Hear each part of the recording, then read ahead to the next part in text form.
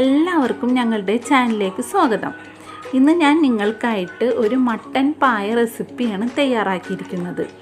അപ്പോൾ നമുക്ക് റെസിപ്പിയിലോട്ട് പോകാം. അതിനായിട്ട് ഞാൻ ആദ്യം തന്നെ ആടിൻ്റെ കാല് ചെറിയ കഷ്ണങ്ങളാക്കി കഴുകി വൃത്തിയാക്കി വെച്ചിട്ടുണ്ട്. അപ്പോൾ ഇത് നമുക്ക് പ്രഷർ കുക്കറിലാണ് തയ്യാറാക്കുന്നത്. അതിനായിട്ട് കുക്കർ ചൂടാക്കിയതിന് ശേഷം 2 സ്പൂണോളം ഓയിൽ ചേർത്ത് കൊടുക്കാം.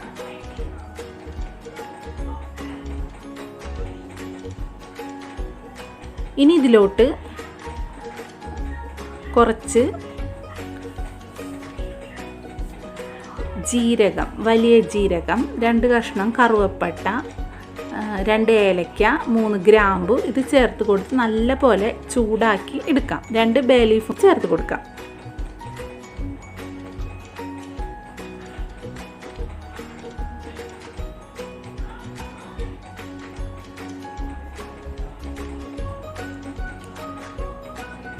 ഇതിപ്പോൾ നല്ലപോലെ ഒന്ന് വാടി വന്നിട്ടുണ്ട്. ഇനി ഇതിലോട്ട് നമുക്ക്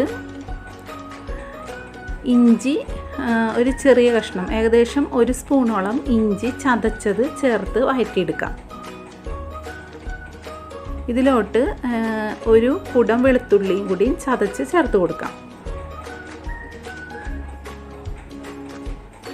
ഇത് നല്ല പോലെ വാടി വരട്ടെ.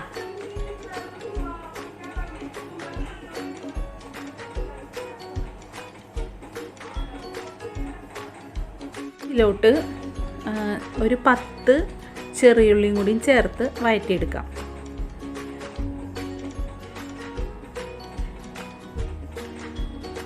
ചെറിയുള്ളി ഒന്ന് വാടിയതിന് ശേഷം നമുക്ക് ഒരു 1.5 സവാള, അല്ലെങ്കിൽ വലുതാണെങ്കിൽ 1 സവാള മതി, 1 സവാള ചെറുതായിട്ട് കൊത്തിയരിഞ്ഞതും കൂടി ഇതിലോട്ട് ചേർത്ത് വഴറ്റിയെടുക്കാം.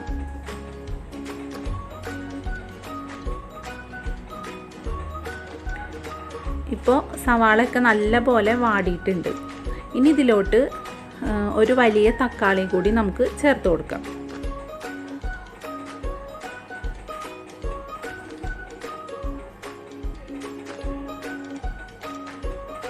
കുറച്ച് കറിവേപ്പില കൂടി ചേർക്കാം.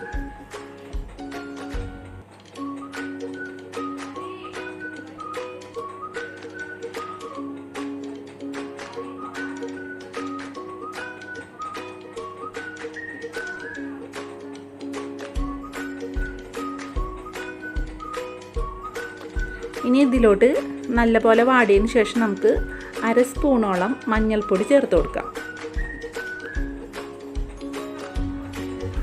1/2 സ്പൂണോളം ചെറിയ ജീരകത്തിൻ്റെ പൊടി കൂടി ചേർത്ത് കൊടുക്കാം.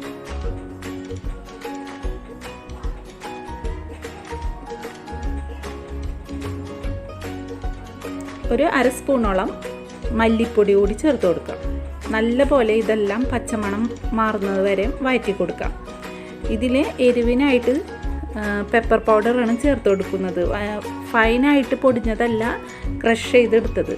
അപ്പോൾ ഇത് ഓരോരുത്തരുടെ എരിവിനനുസരിച്ചിട്ട് ചേർക്കാം. ഞാനിപ്പോൾ ഏകദേശം 1.5 ടേബിൾ സ്പൂണോളം ചേർത്തിട്ടുണ്ട്. ഇത് നല്ല പോലെ വഴറ്റിയെടുക്കാം.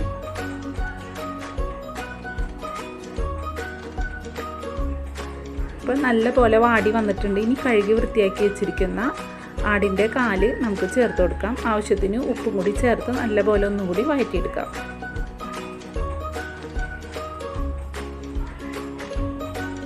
നല്ലപോലെ മിക്സായി വന്നിട്ടുണ്ട്. ഇനി ഇതിലോട്ട് നമുക്ക് ആവശ്യത്തിനുള്ള വെള്ളം ഒഴിച്ചു കൊടുക്കാം. ഇപ്പം ഞാനിവിടെ 3 ഗ്ലാസ് വെള്ളം ഒഴിച്ചു കൊടുക്കുന്നുണ്ട്.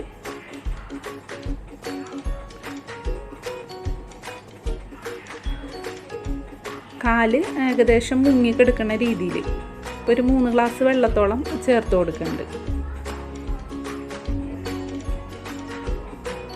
നല്ലപോലെ മിക്സാക്കി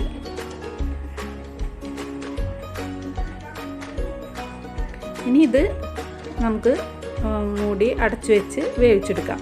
അപ്പോൾ ഇത് ആദ്യം ഒരു വിസിൽ വരുന്നവരെ ഒരു മീഡിയം ഫ്ലെയിമിൽ വെച്ചതിന് ശേഷം ലോ ഫ്ലെയിമിൽ ഇട്ടിട്ട് 1/2 മണിക്കൂർ കുക്ക് ചെയ്തെടുത്തതിന് ഇപ്പോൾ പ്രഷറൊക്കെ പോയി നമ്മളുടെ സൂപ്പ് ഇവിടെ റെഡി ആയിട്ടുണ്ട്. അപ്പോൾ നല്ല തിക്കായിട്ടാണ് ഇരിക്കുന്നത്. അപ്പോൾ ഇനി ഇതിൻ്റെ എരിവും ഉപ്പൊക്കെ നമുക്കൊന്ന് നോക്കാം. അപ്പോൾ എരിവ് കുറച്ചും കൂടി വേണമെന്നുള്ളവർക്ക് കുറച്ചുകൂടി ചേർത്ത് കൊടുക്കാം. നമുക്കിത് ഒന്നുകൂടി ലൂസാക്കി റെഡിയാക്കാൻ വേണ്ടിയിട്ട് ഒരു സ്പൂണോളം കോൺഫ്ലോർ പൊടി എടുത്ത് ഒന്ന് മിക്സ് ചെയ്ത് വെള്ളത്തിൽ മിക്സ് ചെയ്തിട്ട് ചേർത്ത് കൊടുക്കാം. അപ്പോൾ ഇനി ഇതിൻ്റെ തിക്നെസ് നല്ല ലൂസായിട്ട് വേണമെന്നുള്ളവർക്ക് അധികം വെള്ളം ചേർക്കാം, അല്ലെങ്കിൽ കുറച്ച് കട്ടിയായിട്ട് വേണമെന്നുള്ളവർക്ക് അങ്ങനെ ഉപയോഗിക്കാം. അപ്പോൾ ഞാനിപ്പോൾ ഇവിടെ ഏകദേശം 1.5 ഗ്ലാസും കൂടി വെള്ളം ചേർത്ത് കൊടുക്കുന്നുണ്ട്. ഇനി ഇതിലോട്ട് കുറച്ചും കൂടി കുരുമുളകിൻ്റെ പൊടി ചേർത്ത് കൊടുക്കുന്നുണ്ട്.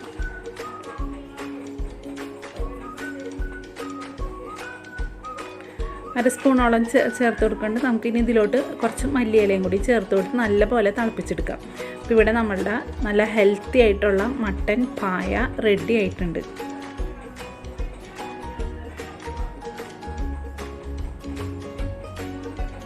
ഒന്ന് തിള വന്നു കഴിഞ്ഞാൽ നമുക്ക് തീ ഓഫ് ചെയ്യാം. കറക്റ്റ് നല്ല രീതിയിൽ വന്നിട്ടുണ്ട്. നമുക്കിത് സെർവിങ് ബൗളിലേക്ക് മാറ്റാം. ഇതിനി കഴിക്കുന്ന സമയത്ത് നമുക്കിതിലോട്ട് കുറച്ച് ചെറുനാരങ്ങയുടെ നീര് 2-3 തുള്ളി കൂടി ചേർത്തതിന് ശേഷം മിക്സ് ചെയ്തിട്ട് കഴിക്കുകയാണെങ്കിൽ നല്ല ടേസ്റ്റ് ആയിരിക്കും. ഇത് വളരെ ഹെൽത്തിയാണ്. അപ്പോൾ ഇതുപോലെ മട്ടൻ പായ തയ്യാറാക്കാത്തവരുണ്ടെങ്കിൽ തീർച്ചയായിട്ടും ഒന്ന് തയ്യാറാക്കി നോക്കണം. ഫീഡ്ബാക്ക് ഒക്കെ അറിയിക്കുക. ചാനൽ സബ്സ്ക്രൈബ് ചെയ്യുക. Thank you for watching.